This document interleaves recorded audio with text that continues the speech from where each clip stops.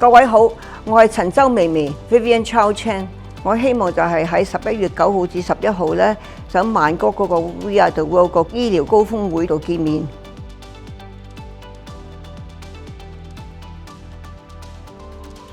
因為佢咧就係請咗一班好有心嘅係醫生啦，同埋健康人士嚟即係幫大家喺度詢問又好，我要即係治療咧，即係俾多一個康復嘅信息啦。咁我希望大家咧就關注同埋一齊參加呢個項目，到時候見啦，各位。